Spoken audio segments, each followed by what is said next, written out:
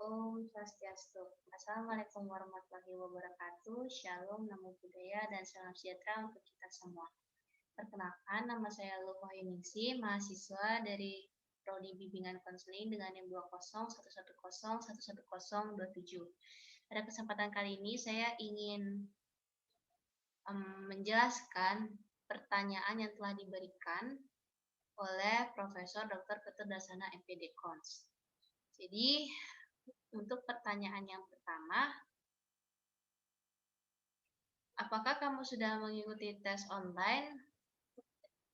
Ya, saya sudah mengikuti tes online melalui website Rumah Konselor dan pada website itu telah diadakan tes juga, yaitu tes online psikologi.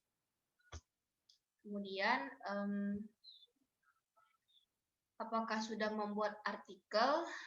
Jawabannya adalah sudah. Kemudian, apakah hafal 5 aspek bakat DATB? Jadi, untuk aspek bakat minat DATB itu ada 5. Yang pertama itu adalah aspek intelijensi, kemudian aspek kemampuan dalam bidang ilmu eksakta, kemudian ada kemampuan di bidang ilmu sosial, lalu ada minat yang meliputi 12 bidang, kemudian yang terakhir ada aspek kepribadian. Selanjutnya, 10 aspek minat pudar. Jadi untuk 10 aspek minat pudar itu ada untuk mengetahui potensi diri, kemudian untuk merencanakan masa depan, lalu yang ketiga ada dengan mengetahuinya, bisa direncanakan untuk dikembangkan, lalu ada menentukan tugas atau kegiatan, kemudian yang kelima,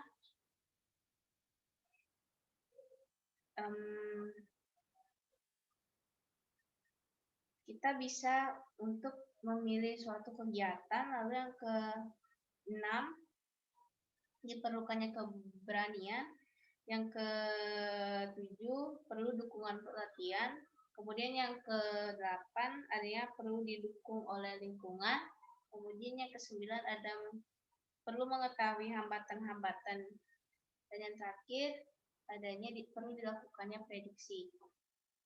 Lalu terdapat 15 aspek kepribadian EPPS, di mana yaitu yang pertama itu ada need for achievement, kemudian yang kedua ada need for difference, kemudian yang ketiga ada need for order, kemudian yang keempat ada need for exhibition, lalu yang kelima ada need for autonomy, keenam ada need for affiliation, kemudian yang ketujuh ada need for interception, yang ke-8 need for sovereignty, yang ke-9 ada need for domains, yang ke-10 ada need for absencement, yang ke-11 ada need for nurturance, ke-12 need for change, ke-13 need for endurance, ke-14 need for heterosexuality, dan yang terakhir ada need for aggression. Lalu cara membantu untuk tes intelijensi. Cara dalam membantu tes intelijensi itu adalah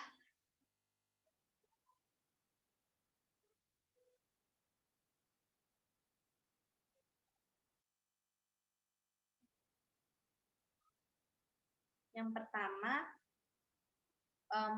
memperkenalkan diri terlebih dahulu kepada peserta pengerjaan tes. Kemudian yang kedua, menjelaskan tentang kisi-kisi tes yang harus dilakukan seperti mengisi data diri.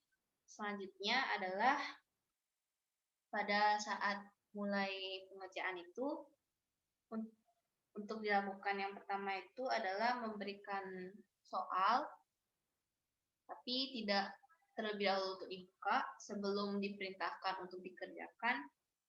Kemudian memberitahu bahwa soal yang diberikan itu tidak boleh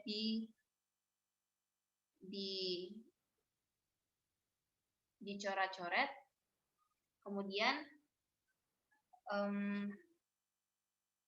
soal yang diberikan harus kembali dicek apakah akan ada kesalahan yang bisa terjadi.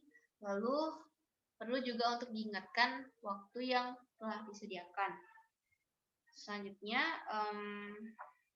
cara membantu tes bakat minat itu sama. Yang pertama itu kita harus memperkenalkan diri terlebih dahulu, lalu memberitahu bagaimana cara untuk mengerjakannya, seperti mengisi data diri. Kemudian anak-anak juga harus tahu potret minat supaya bisa mengenal dirinya, lalu membagikan lembar jawaban itu, lalu juga menetapkan waktu pelaksanaan tes. Baik, seperti itu. Selanjutnya itu adalah apakah paham untuk menyusun tes melalui Google Form. Jadi di sini saya sudah membuat semacam tes dalam bentuk Google Form.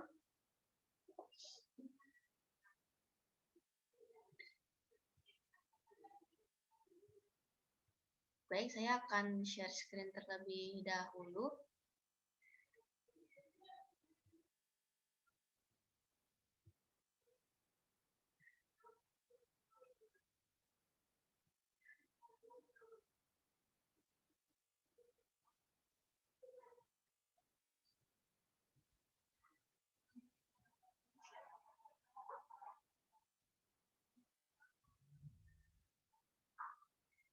Jadi di sini sudah terdapat 4 tes dalam bentuk Google Form. Yang pertama itu ada tes intelijensi, kemudian yang kedua ada tes minat, lalu ada tes bakat, dan yang terakhir ada tes kepribadian. Baik, jadi saya di sini akan menjelaskan dan menunjukkan tes intelijensi. Pada tes intelijensi ini, untuk menjawab tes ini, maka siswa akan diarahkan dulu untuk mengisi data diri terlebih dahulu, seperti nama, NIM, nomor absen, dan kelas. Kemudian selanjutnya setelah mengisi data diri, siswa akan diantar dengan diberikan suatu petunjuk untuk pengerjaannya. Dan di sini sudah terdapat petunjuknya. Kemudian setelah membaca petunjuk, maka selanjutnya siswa akan diarahkan untuk mengerjakan tes. Di mana pada tes intelijensi ini terdapat per set, yaitu set A, B, C, D, dan E dengan jumlah 3 butir soal dengan masing-masing waktu yang sudah diterapkan seperti ini. Dan inilah bentuk dari tes intelijensi. Ini adalah set A, dan ini bentuk soalnya. Kemudian ketika siswa mau menjawab, maka siswa akan menjawabnya dengan mengklik pilihan yang menurutnya benar. Ini set B, seperti ini juga. Set C, set D, dan set E. Seperti ini juga.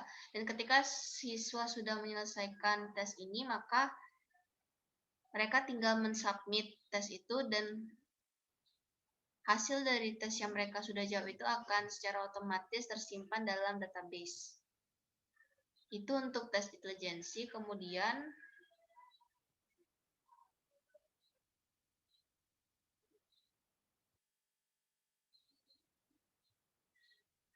selanjutnya adalah tes minat.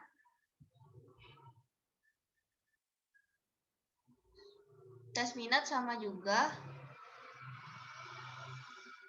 Yang pertama, ketika siswa ingin menjawab tes minat itu adalah siswa harus mengisi data dirinya terlebih dahulu.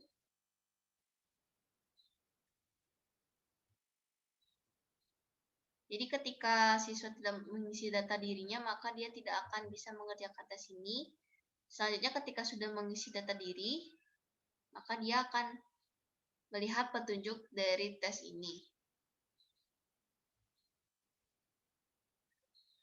Seperti ini tes petunjuknya. Kemudian setelah membaca petunjuk, maka siswa akan diarahkan untuk langsung menjawab tes yang telah diberikan dengan butir soal sebanyak 10 seperti ini, dengan memilih pilihan yang menurut peserta didik sesuai dengan dirinya sendiri. Jadi peserta didik akan memilih pilihan itu sesuai dengan minat yang ada dalam dirinya.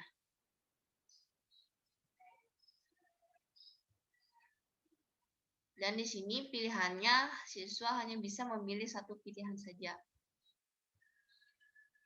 Baik, dan jika sudah menyelesaikan tes ini, maka ketika disubmit secara otomatis jawaban akan disimpan dalam database. Itu untuk tes minat. Kemudian selanjutnya saya akan menunjukkan tes bakat.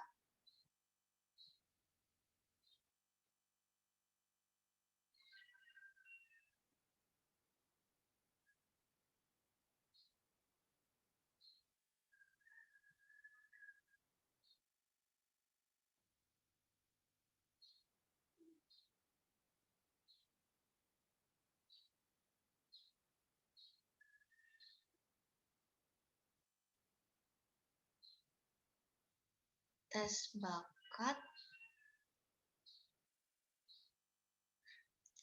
Untuk tes bakat ini sama, siswa wajib untuk mengisi data diri terlebih dahulu.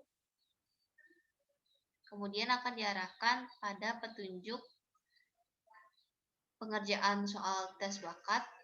Nah, pada tes bakat ini terbagi atas 5 tes. Yang pertama itu adalah petunjuk untuk pengerjaan tes bakat verbal.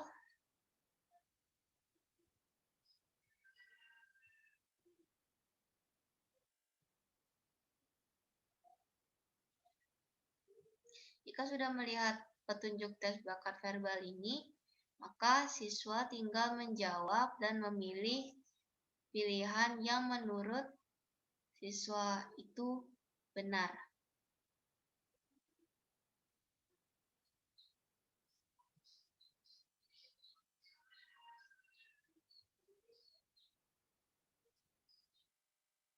Kemudian selanjutnya adalah tes bakat numerikal dengan petunjuk seperti ini.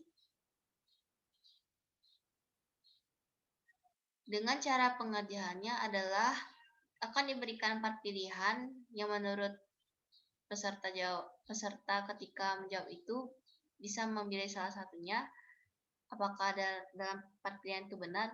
Tapi jika keempat pilihan itu salah, maka akan disediakan satu pilihan jawaban yang dengan pernyataannya yaitu semua salah. Jadi 5 pilihan, yang pertama itu A, B, C, D dengan jawaban yang sudah disediakan, tinggal pilih salah satu. Kemudian jika jawaban dari keempat pilihan itu tidak ada atau bisa dibilang salah semua, maka tinggal memilih pilihan E. Jadi seperti ini bentuk soal tes numerikal.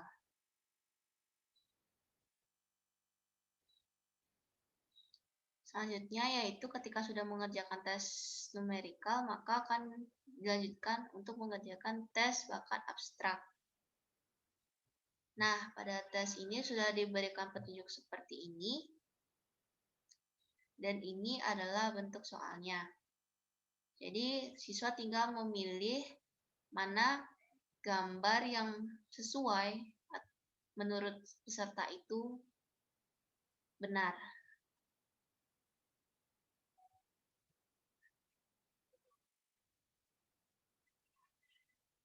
Seperti ini.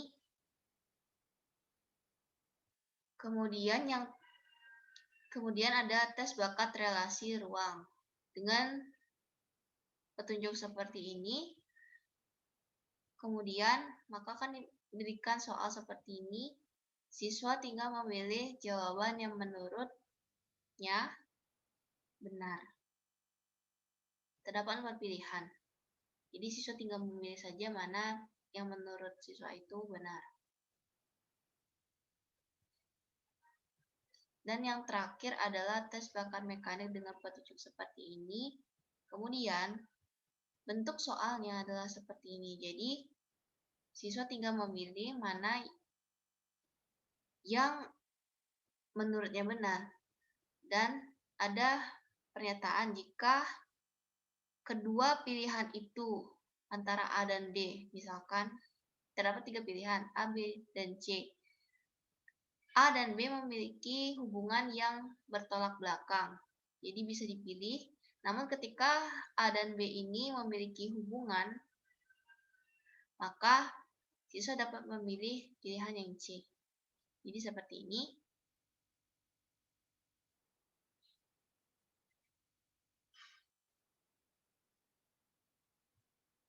Jadi siswa bisa memilih pilihan A atau B jika salah satu pilihan itu lebih unggul. Tapi jika sama rata, tidak bisa ada yang menandingi, maksudnya kayak sama rata, tidak ada yang mengungguli satu sama lain, maka siswa bisa memilih C. Baik, jadi itu untuk tes bakat. Jadi selanjutnya setelah tes bakat, yang terakhir adalah tes kepribadian.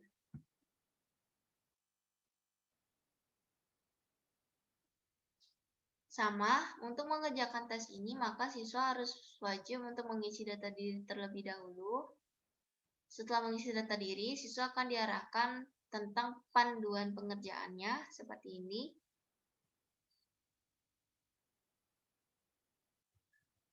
Setelah melihat panduan pengerjaannya, maka siswa akan diarahkan untuk mengerjakan soalnya. Dengan pilihan pernyataan ini ada 2, jadi siswa tinggal memilih salah satu yang menurutnya sesuai dengan kepribadiannya. Seperti ini, dan jika sudah selesai maka jawaban akan secara otomatis tersimpan pada database. Baik, itu untuk tes kepribadian. Jadi demikianlah untuk tes yang menggunakan Google Form. Dan yang terakhir mungkin saya akan menunjukkan tentang pembuatan rapot.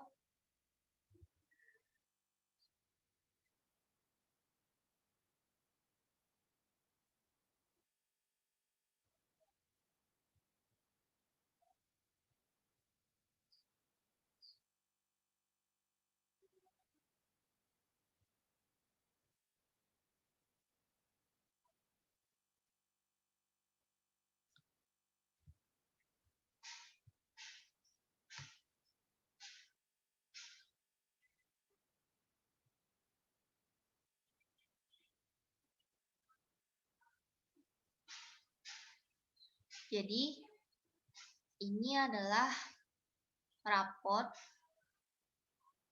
yang sudah saya susun. Yang pertama itu adalah mengisi tentang data sekolah, kemudian ada alamat, lalu ada peserta didik, lalu ada nomor induk siswa nasional, kemudian kelas, semester, dan tahun pelajarannya. Dan ini rapot untuk mengetahui kriteria pengetahuan yang di dalamnya. Selanjutnya ada mata pelajaran, di mana terbagi atas 3. Yang pertama itu pelajaran yang memang secara umum. Kemudian yang kedua, kelompok B ini adalah mata pelajaran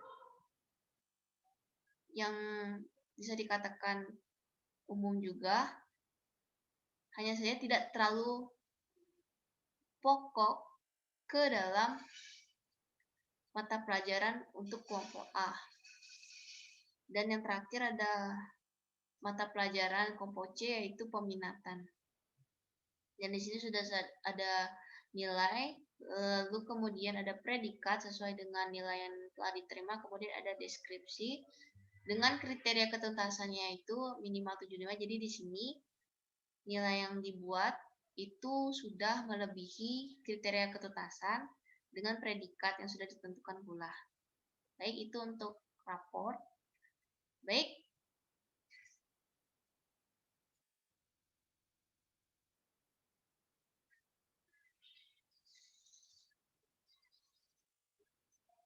demikian dari hasil dari jawaban saya, respon saya terhadap soal yang telah diberikan. Demikian, jadi jika ada kesalahan kata yang saya ucapkan ataupun perbuatan yang tidak berkenan di hati, mohon dimaafkan. Dengan ini saya tutup video ini dengan para Santi. Om Santi, Santi, Santi. Om, wassalamualaikum warahmatullahi wabarakatuh. Shalom, namo buddhaya, dan salam sejahtera untuk kita semua.